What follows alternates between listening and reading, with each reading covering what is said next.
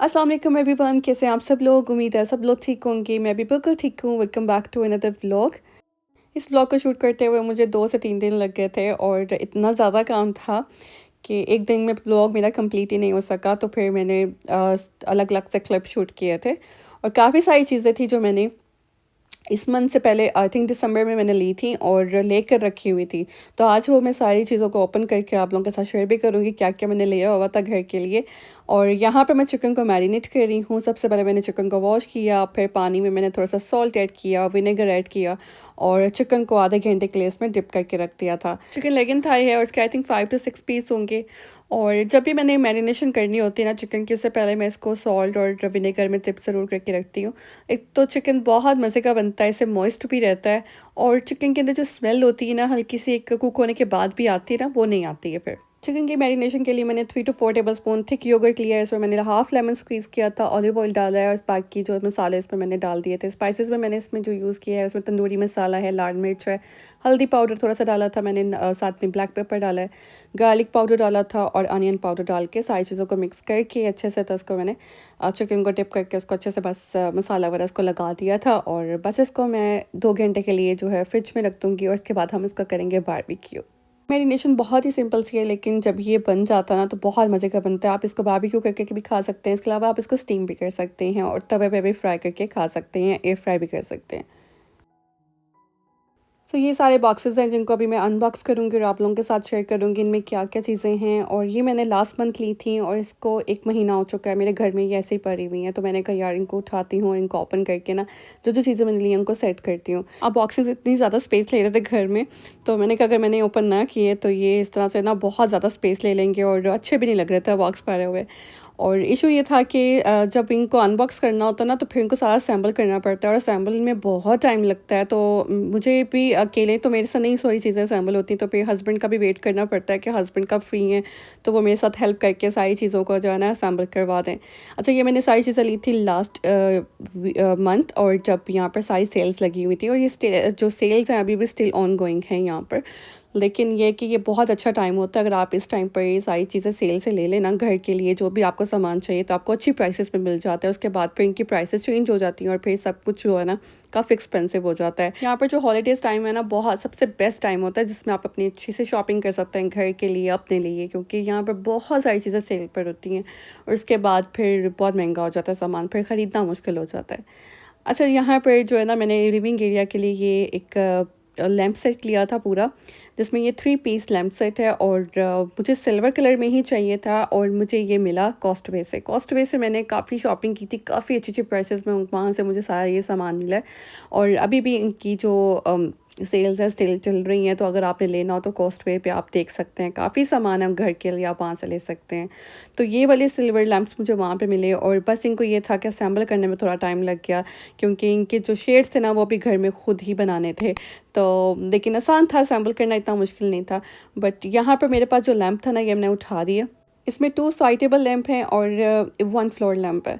तो ये 3 piece set इतना अच्छा लग रहा था, मुझे इसी तरह का ना लिविंग एरिया के लिए चाहिए था। अब क्योंकि मेरे लिविंग एरिया का ग्रे और सिल्वर का सारा मैंने अपना जो डेकोरेशन वगैरह रखी हुई है, तो वो फिर मुझे ना उसको फाइंड करते हुए थोड़ा मुश्किल हो रहा था क्योंकि मुझे ये 3 पीस सेट कहीं से भी नहीं मिल रहा था। अलग-अलग से जाके लेती तो फिर वो अच्छे भी नहीं लगते पड़े हुए।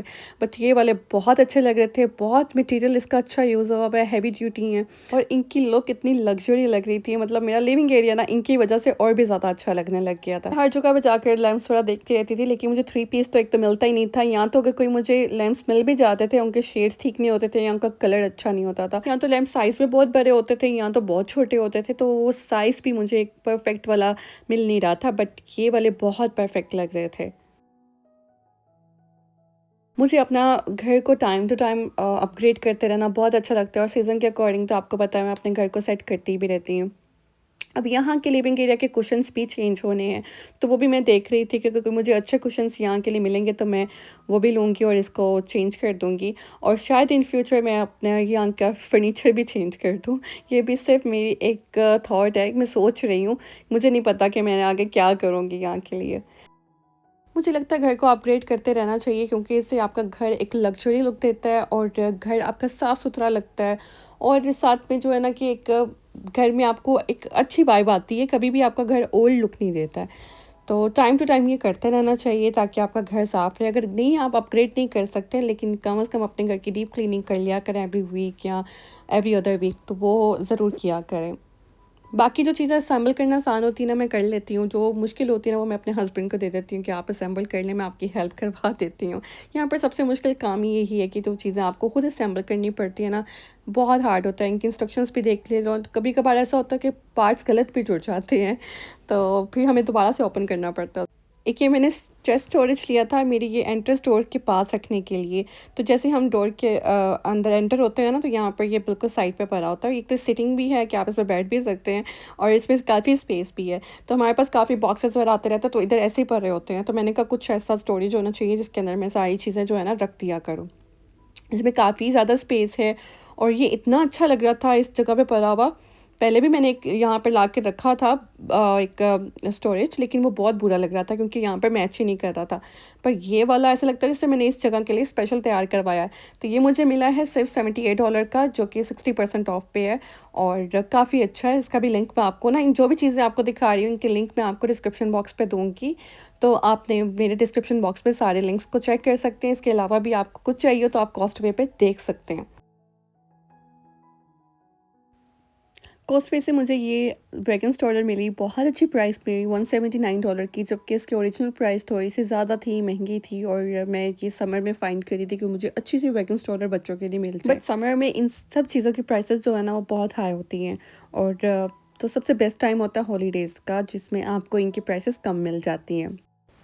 ये वैगन स्ट्रॉलर्स बहुत हेल्पफुल रहती हैं और अगर आपके बच्चे अभी अंडर 6 हैं तो वो स्टिल ये वैगन स्ट्रॉलर्स का यूज़ कर सकते हैं और आपको इसके लिए अलग-अलग स्ट्रॉलर्स का यूज़ नहीं करना पड़ता। और इसकी सीट्स बहुत कंफर्टेबल है, काफ़ी स्पेस होती है, आप इसमें काफ़ी सामान जो है अपना स्टोर भी कर सकते हैं, साथ में बच्चों के लिए फूड, स्नैक्स वगैरह इसमें रख सकते हैं। और बच्चे भी राइड के एंजॉय करते हैं और ये आउटडोर एरिया के लिए, इवेंट्स के लिए और इसके अलावा आउटडोर एक्टिविटीज़ हैं या आपने पार्क्स में जाना है या तो बीच पे जाना है, तो ये स्ट्रॉलर्स बेस्ट रहती हैं उसके लिए। बहुत स्मूथ राइड है इसकी, इसको चलाना भी बहुत आसान है।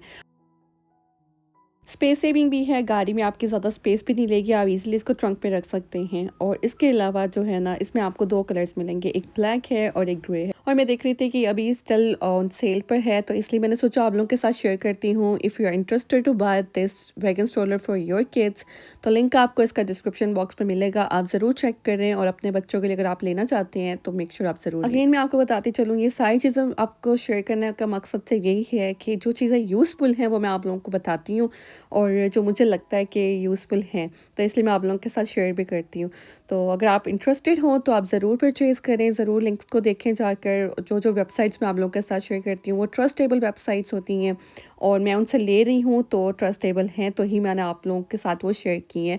तो आप भी बिल्कुल टेंशन फ्री होकर यहाँ से अपने लिए ऑर्डर कर सकते हैं। मटेरियल और इनकी सारी चीज़ों की क्वालिटी बहुत अच्छी थी। यहाँ से जितनी भी मैंने चीज़ें मंगवाई थी सभी अच्छी कंडीशन में आई थी, कोई भी चीज़ ख़राब नहीं थी और सबका मटेरियल बहुत अच्छा था, क्वालिटी भी बहुत अच्छी थी। बट सिर्फ एक प्रॉब्लम मुझे आई कि जब मैंने ये सारी चीज़ें ऑर्डर की थी उनमें से एक पैकेज मुझे रिसीव नहीं हुआ था। वैसे तो बाकी सारी चीज़ें मुझे विदिन 7 डेज़ के अंदर रिसीव हो गई थी, सिर्फ वैगन स्टॉलर मुझे रिसीव नहीं हुई और पता चला कि वो शायद उसका पैकेज जो था ना वो लॉस्ट हो गया था।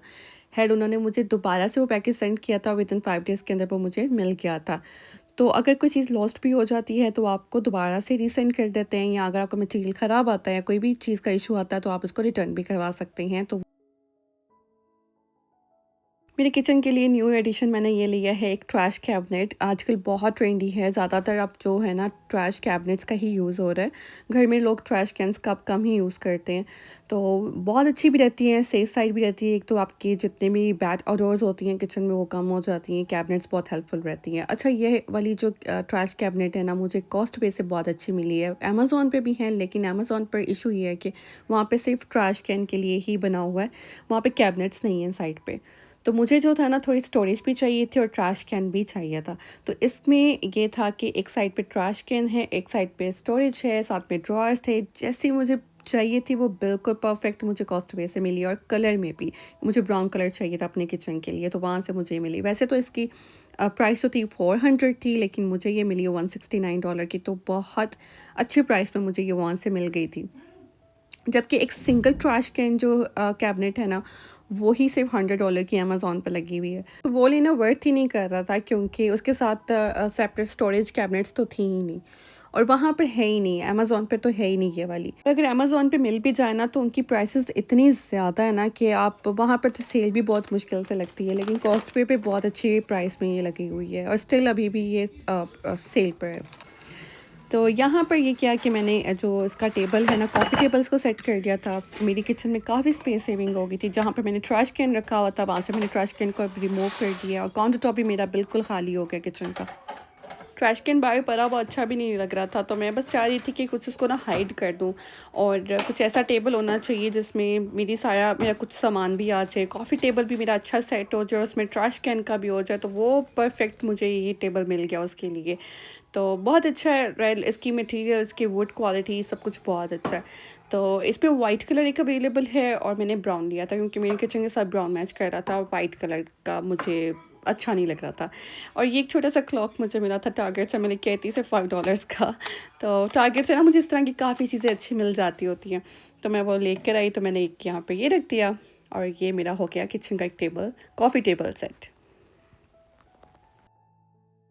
आप भी कमेंट करके ज़रूर बताइएगा कि आपको ये सारी चीज़ें कैसी लगी हैं, अच्छी लगी कि नहीं, और अपना सजेशंस भी आप लोग मुझे दे सकते हैं। जैसे मुझे किसी ने कमेंट करके कहा था कि यहाँ पर जो है ना, लेकिन आप यहाँ पर प्लांट्स अच्छे नहीं लग रहे हैं, इधर कैंडल ज़्यादा अच्छी लगेंगी, और मैंने सोचा यार वो ठीक कह रही हैं, तो मैंने क्या किया कि लिए मैं यहाँ से कैंडल लेकर आई जाके। मैंने कहा यहाँ पर मैं कैंडल्स ही रखूँगी।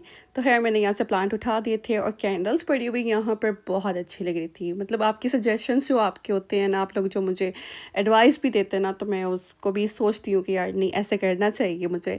तो मुझे मेरी ऑडियंस से भी बहुत हेल्प मिलती है, मुझे बहुत अच्छी-अच्छी बातों का पता भी चलता है आप लोगों से।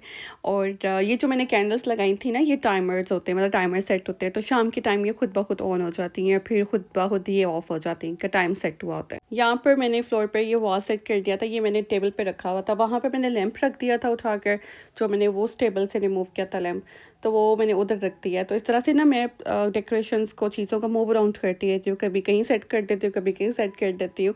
तो इस तरह से मैं बोर नहीं होती हूँ, और इससे ना तो कोई डेकोरेशन मेरा वेस्ट होता है, तो वो दोबारा से री यूज़ हो जाता है, और घर भी अच्छा लगता है, दोबारा से एक न्यू लुक आ जाती है घर की।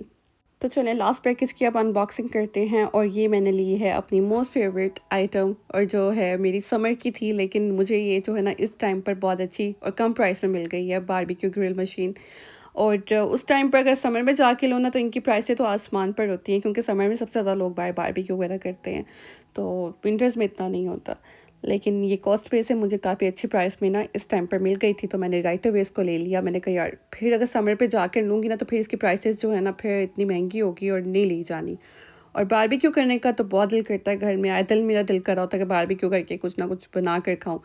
तो मेरे पास जो पहले जो मशीन थी ना, बहुत छोटी है, लेकिन उस पर एक तो इतना टाइम लगता था हमें बारबेक्यू करते हुए, तो हम लोग देख रहे थे कि कोई हमें गैस वाली ग्रिल मशीन मिल जाए। तो ये वाली बहुत अच्छी गैस ग्रिल है, और इसमें ना काफ़ी स्पेस है, काफ़ी ज़्यादा आप इस पर बारबेक्यू कर सकते हैं एक टाइम पर। साथ में एक छोटा सा स्टोव भी दिया हुआ है, जिधर भी आप अपनी कुकिंग वगैरह भी कर सकते हैं।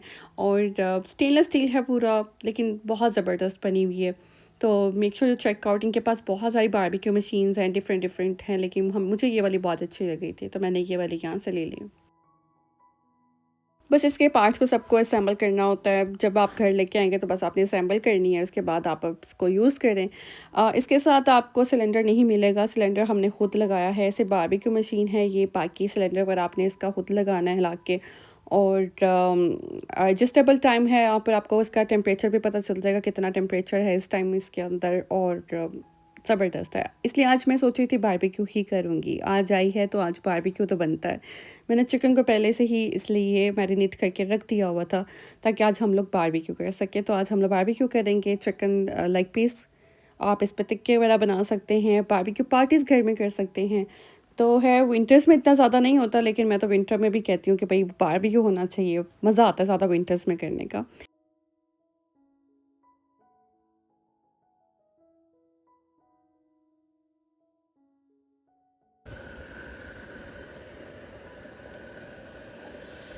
जल्दी से जो है ना मेरे ब्लॉग को लाइक कर दें, कमेंट करना आपने बिल्कुल नहीं भूलना, और अगर आप मेरे चैनल पे न्यू हैं जल्दी से मेरे चैनल को सब्सक्राइब भी कर दें, और जो भी प्रोडक्ट्स मैंने आप लोगों के साथ शेयर किए हैं उनको ज़रूर चेक करें। कॉस्टवे की वेबसाइट पे डिस्क्रिप्शन बॉक्स पे जाएँ, मेरे सारे लिंक्स को चेक ज़रूर करें। तो इंशाल्लाह आपसे मिलते हैं अपने नेक्स्ट ब्लॉग पे। अपनी दुआ में बहुत सारा याद रखिएगा मुझे। अल्लाह हाफ़िज़।